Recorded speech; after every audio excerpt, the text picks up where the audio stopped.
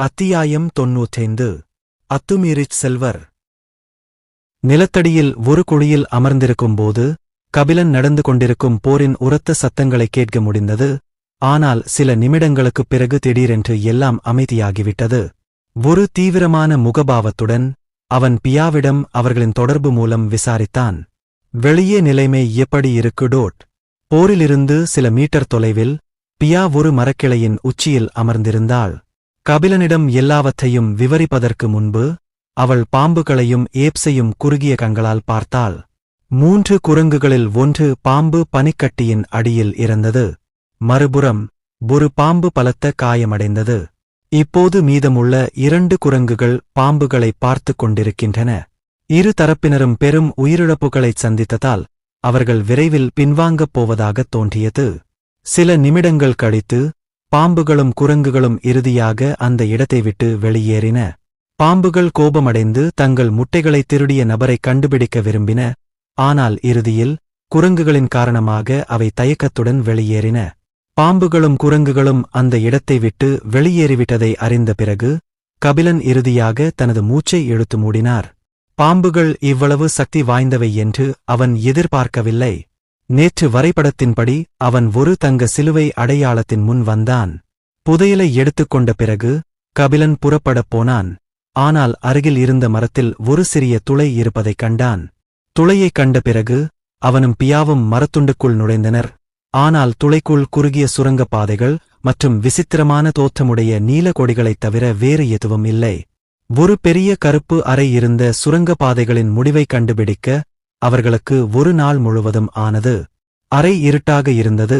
நடுவில் ஒரு பெரிய இலைக்குவியலால் ஆன ஒரே ஒரு கூடு மட்டுமே இருந்தது. கபிலன் கூட்டை நெருங்கிச் சென்றபோது நிறைய நீல நிற முட்டைகளைக் கண்டது. மொத்தம் 5 முட்டைகள் இருந்தன.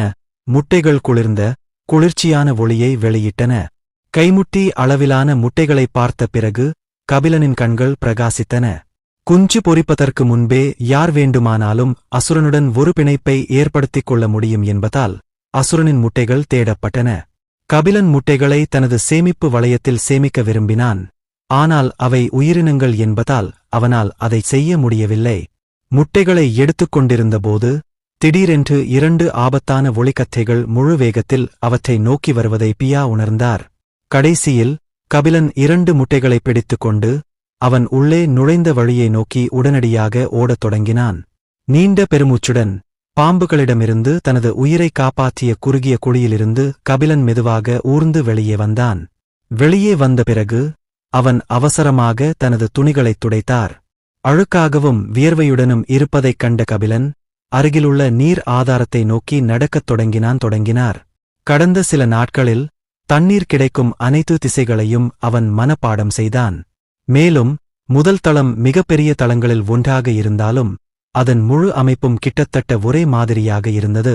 நடந்து செல்லும் போது கபிலன் தன் அருகில் பறந்து கொண்டிருந்த பியாவை பார்த்தான். அவன் முகபாவனை மிகவும் தீவிரமாக இருந்தது. பியா, இனிமேல் நாம் விசித்திரமான மரப்பொந்துகளுக்குள் நுழைய வேண்டாம். கடைசியாக ஒரு மரத்தின் அடிப்பகுதியில் ஒரு துளை இருப்பதை அவன் பார்த்தபோது ஒரு பெரிய தேள் அவனைத் தரை முழுவதும் துரத்தியது. இப்போது பாம்புகள். அதனால்தான் கபிலன் ஒரு மரத்தின் அடிப்பகுதியில் மற்றொரு துளை இருப்பதைக் காணும்போதெல்லாம் ஓடிவிட வேண்டும் என்று மனதளவில் ஒரு குறிப்பை எடுத்துக்கொண்டான். இல்லையென்றால் அடுத்த முறை இன்னொரு பாஸ் மான்ஸ்டர்ஸ் அவனை துரத்தும்போது அவன் உயிர் பிழைப்பாரா என்பது யாருக்குத் தெரியும்? மரத்துளைக்குள் என்ன இருக்கிறது என்று பார்க்க ஆர்வமாக இருந்தது நான்தான் இல்லையா? கபிலனின் தலைக்குள் பியாவின் கிண்டலான குரல் ஒலித்தது. அவன் மேற்கொண்டு எதுவும் பேசாமல் அருகிலுள்ள நீர் ஆதாரத்தை நோக்கி நடந்தான்.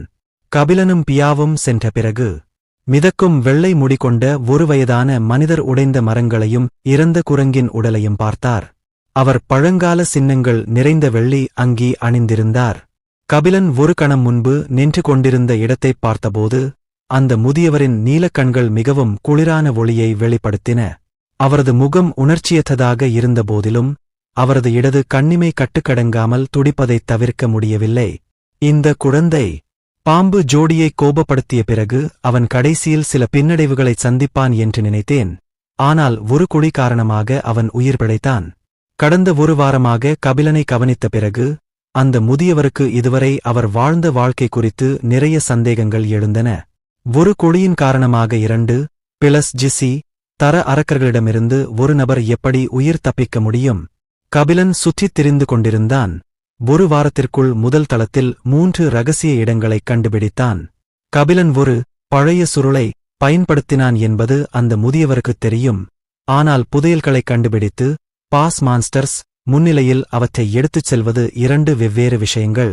மேலும் கபிலன் இந்த மாடியில் இருந்து எல்லாவற்றையும் எடுத்தாலும் கூட அந்த வயதான மனிதர் காலியான இடங்களை இன்னும் பெரிய பொக்கிஷங்களால் மாற்றுவார். ஏனென்றால் இளைய தலைமுறையினருக்கு முடிந்தவரை உதவுவதற்காகவே இந்த கோபுரம் இங்கே இருந்தது. ஆனால் ஒரு வெகுமதியைப் பெறுவதற்காக அவர்கள் ஆபத்தை எதிர்கொள்ள வேண்டியிருக்கிறது. எல்லாவற்றிற்கும் மேலாக இந்த உலகில் எதுவும் இலவசம் இல்லை. மேலும் அவர் உடலில் ஏன் அந்த அசிங்கமான விஷயம் இருக்கிறது? கபிலனின் உடலில் ஏதோ அழுக்கு இருப்பதை உணர்ந்த முதியவர் சற்று முகம் சுளித்தார். ஆனால் பின்னர் அவரது முகம் மீண்டும் உணர்ச்சியற்றதாக மாறியது.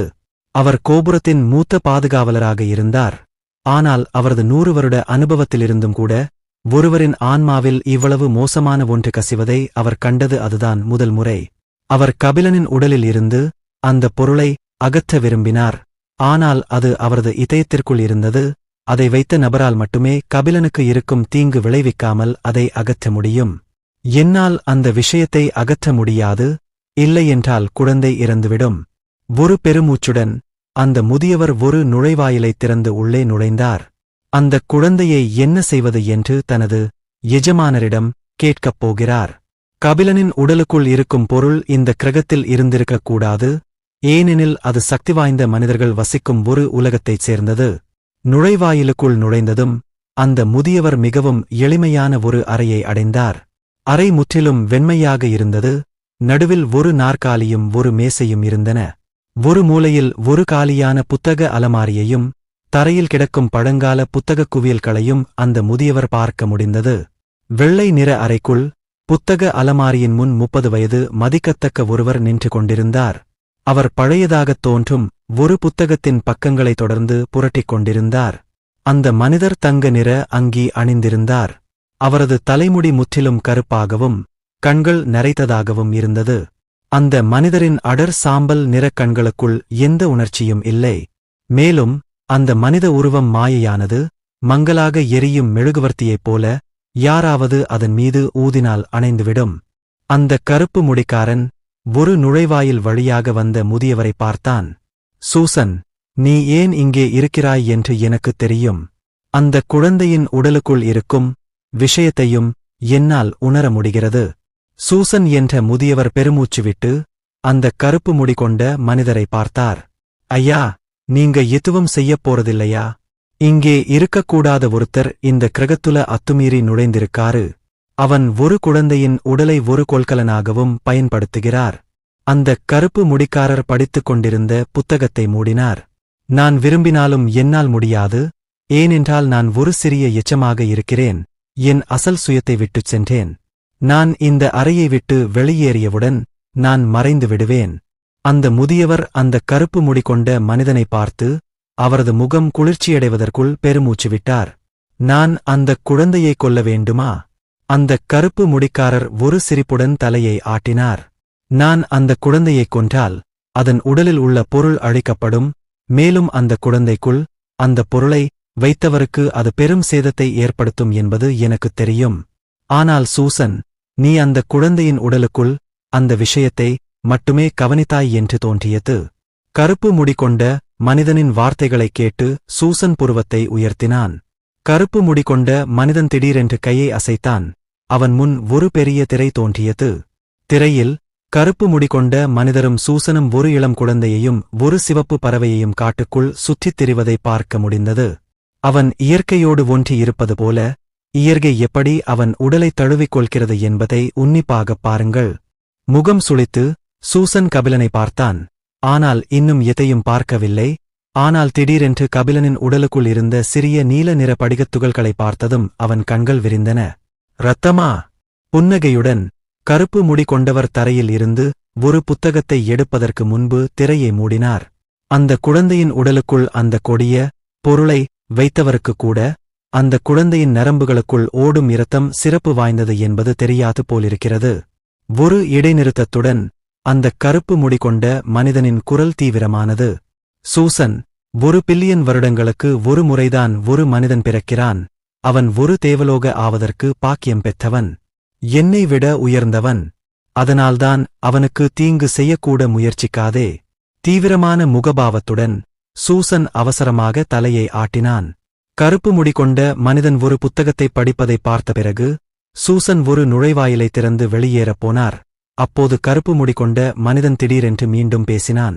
அந்த குழந்தையை மேல் தளத்திற்கு அனுப்பு. அவன் 6வது மாடி தேர்வில் தோல்வியடைந்தான். ஏனென்றால் அவன் தன் உண்மையான திறனை முழுமையாக எழுப்பவில்லை.